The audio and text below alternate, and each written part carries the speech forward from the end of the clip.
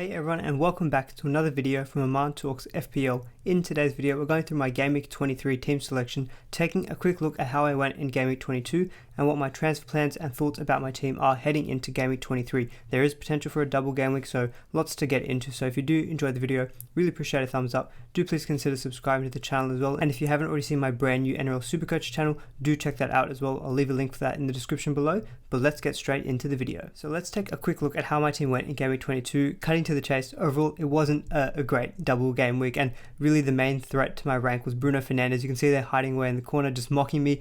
I had a 50-50 between Trossard and Fernandes after we found out that Madison wasn't going to be having a double game week. Obviously I went with Trossard because I just went with the wrong player.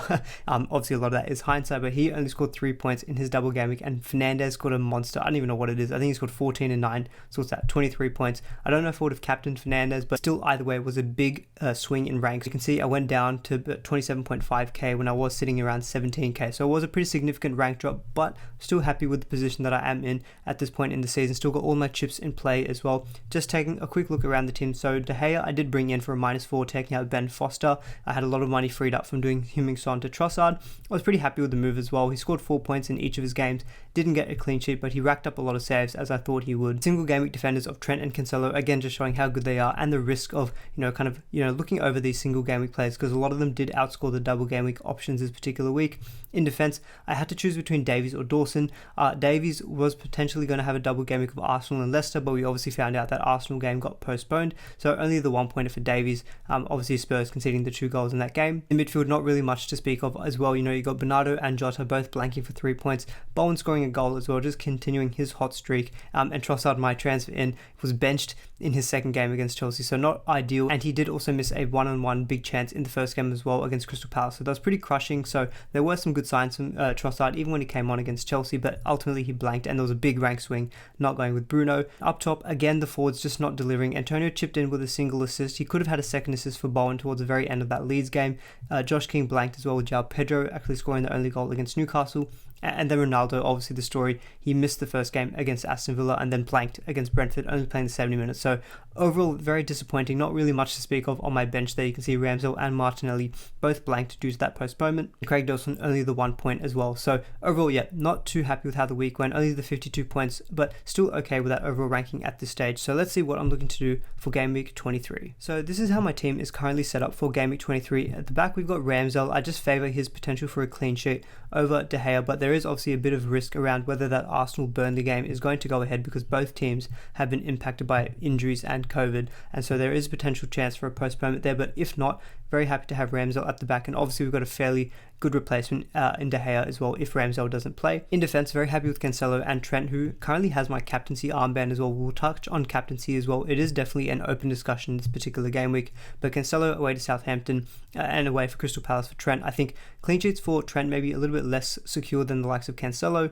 but obviously these two can deliver attacking returns in any particular fixture, and Trent's underlying stats are just amazing. 0.51 expected goal involvement, so that's the reason why I'm leaning to him for captaincy. It basically suggests that in 1 in every 2 games he's going to deliver you an attacking return, and the fact that he can get a clean sheet, he's very good on the bonus points. I think the ceiling is quite high for Trent, so he's currently got the captaincy. Third defender spot I'm not so happy with, and this is definitely an area that I am looking to potentially improve this particular game week with my transfer. So I've got 5.8 million in the bank as well, just to mention that as well. So Ben Davies away to Chelsea, and my backups are Dawson away to Manchester United and Livramento, who's currently injured. So none of those three really have the best fixture on paper this particular game week. Ben Davies I'm okay to hold though moving forward, because Spurs do have a couple of fixtures that they do need to replay as well, and their underlying defensive numbers are pretty good. So Ben Davies at the moment I think is secure in my team, but I'm not super confident of him actually getting a clean sheet in this particular game week. So that third defender slot is an area I am looking to potentially bolster this game week.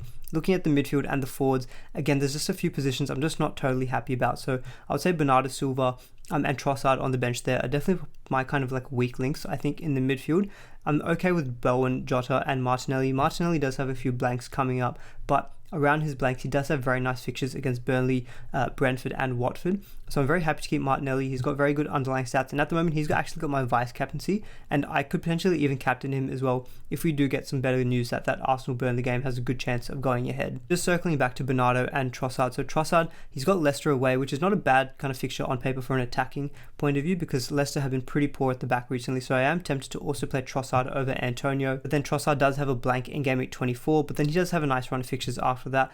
Whereas Bernardo is a bit of a different situation where he has got nice fixtures in the short term. He's got Southampton away, then he's got Brentford, then he's got Norwich. But with the return of KDB, he's just been playing a little bit deeper and he's not getting into those positions where he was, getting more frequent attacking returns earlier in the season. So I'm not very happy with Bernardo Silva at the moment, and Trossard, again, I'm not sure why I went with Trossard. So those two are definitely, I would say, kind of weak links in the team as well. I'm just trying to think a little bit more in terms of who in the players are kind of the weak links that I can address and improve the overall team instead of going for more luxurious transfers. So that's kind of how I'm thinking about my transfers moving forward for the rest of the season. It's definitely a strategy I hear a lot from the kind of top elite FPL managers. They try to focus on their weak links, so that's something you're going to hear me probably mention a lot in my future team selection videos. And up top, King at home to Norwich, fantastic fixture. He's probably not going to leave the team this game week. Antonio away to Manchester United, again, not the easiest fixture on paper, but we do know that Manchester United are struggling at the back. Antonio has been kind of ticking along as well, so he's in the starting lineup for the time being, but there could be a very easy switch for Trossard as well in the starting lineup.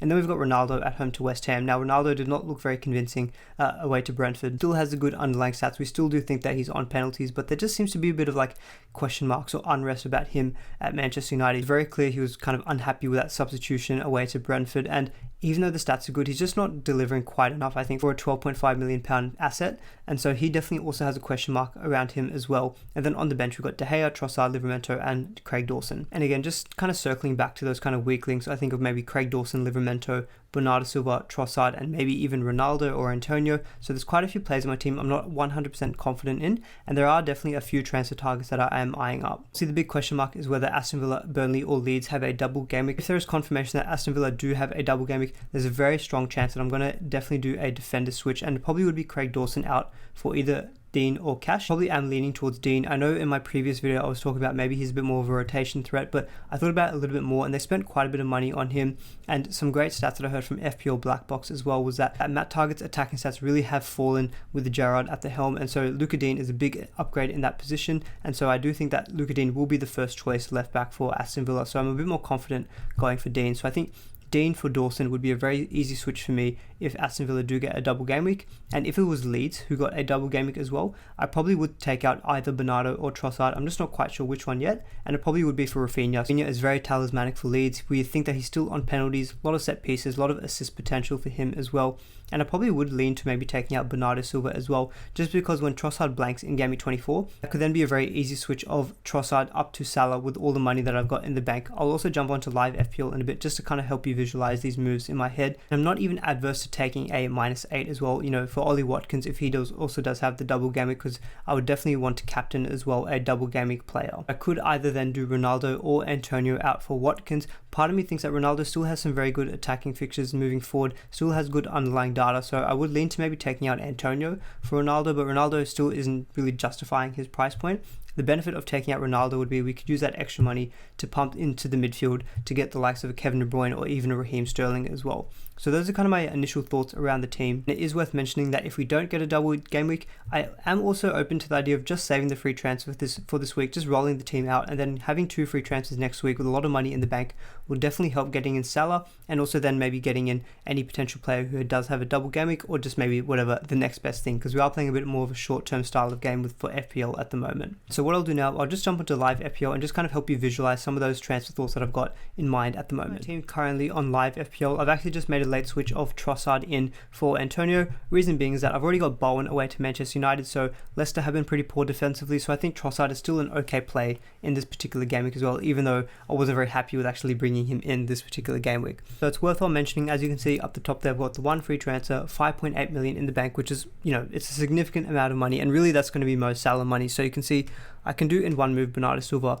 up to Mo Salah with 13.2, and that leaves me 0.5 in the bank. So what I'm thinking about the team for this game week, I've got Salah in mind as well for next week, because I do want to make sure that I get him back in as soon as he's available, because Leicester at home I think is a great opportunity to captain Salah, and moving forward you can see that Burnley away and Norwich, we're going to want Salah for captaincy purposes, which is why I'm also open to the idea of even taking out Ronaldo as well, just because I don't feel like I'm going to have to captain him in the next few game weeks. So if there's no double game week, I still think the likes of Luca Dean and Rafinha are going to be good transfer targets of mine, because Leeds, you can see, have got Newcastle at home, and then Aston Villa, we kind of touched on it in my previous watch list kind of video, but they just have a really nice run of fixtures of Everton, Leeds, Newcastle, and then it's Watford, Brighton, Southampton. So really nice long-term fixtures. Something I failed to mention in that video as well is that Aston Villa are confirmed to play in that blank game week 30 as well against Arsenal. So that's one good reason to also jump onto Aston Villa assets, even if they don't have a double game week. So I very easily could do a move of say like Craig Dawson out for Luca Dean. Doing that move, I'd probably then bench Ben Davies and I'd play Luca Dean in that. That could be just the sole move that I do as well. But if say for example we do get confirmation of the double game week, then I probably would take out Bernardo Silva or Trossard out for Rafinha. And thinking about it a little bit more, Southampton have been pretty decent at home. Bernardo, he's just not really offering the value for money. Given that he is a bit more expensive, maybe that in my head is the reason why I would take him out for Rafinha, but that could be a move that I could do as well in the case of a double game week for Leeds. Now that would be for a -4, and in this situation I probably would captain Rafinha in the event of a double game week, and I still could even take an extra -4 of Antonio out for an Ollie Watkins, and that does set the team up well, jumping on Aston Villa assets for the long term. I'll leave the team as is for now, so that could be potentially what I do even in the event of no double game week for Aston Villa or Leeds for Game Week 23. And then now jumping ahead to Game Week 24, you can see again it would be one free transfer, 6.6 million in the bank, so there is a lot of money to play around with. I have even thought about doing Bernardo Silva up to Kevin De Bruyne, but that probably does mean that I'm booking in a transfer of doing Kevin De Bruyne out again for Mo Salah. So that's one thing I've thought about as to why I might not go for the likes of Kevin De Bruyne or Sterling, but you might notice as well from this video I'm very all over the shop in terms of my moves this game week. It's so hard to decide what to do.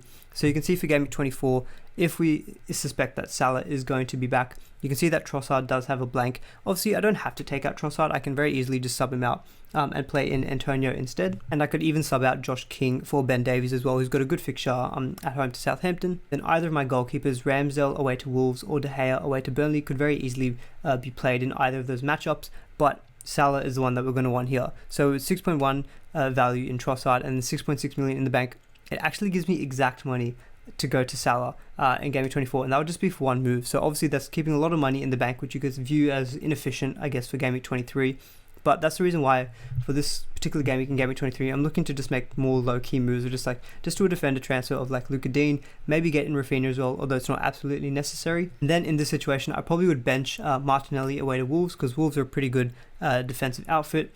And then I'd give Salah the captain's armband as well. And then overall, the team looks quite good for Game Week 24. That would just be for one move.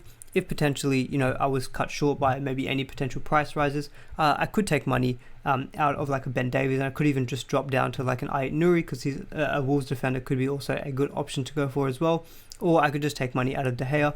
There's a few different ways that I could raise that money. I could even take out Josh King as well. So those are kind of my initial thoughts at the moment. I think some common trends are Luca Dean and Rafinha are definitely good targets of mine for this particular game week, and I think Bernardo Silva and Trossard are the main outs, and potentially going for Ollie Watkins as well in the event of a double game week for Ronaldo or Antonio. Of the two though, I probably would lean to Antonio just to kind of keep a little bit more team structure of having the two premiums, even though Ronaldo hasn't quite delivered on his kind of value at the moment, but he still has a good underlying stats. So I'm just going to leave the video there. I know it's a little bit all over the shop. It's just there's so much to take in. We still don't know all the information as well for Game Week 23, but hopefully my kind of thinking out loud and thought process did help you out for your own team. Obviously leave any questions or comments in the comment section below, and I'll definitely get back to you. I read all the comments, and if you enjoyed the video, really appreciate a thumbs up. Do please consider subscribing to the channel if you haven't already, but I'll see you all in the next video.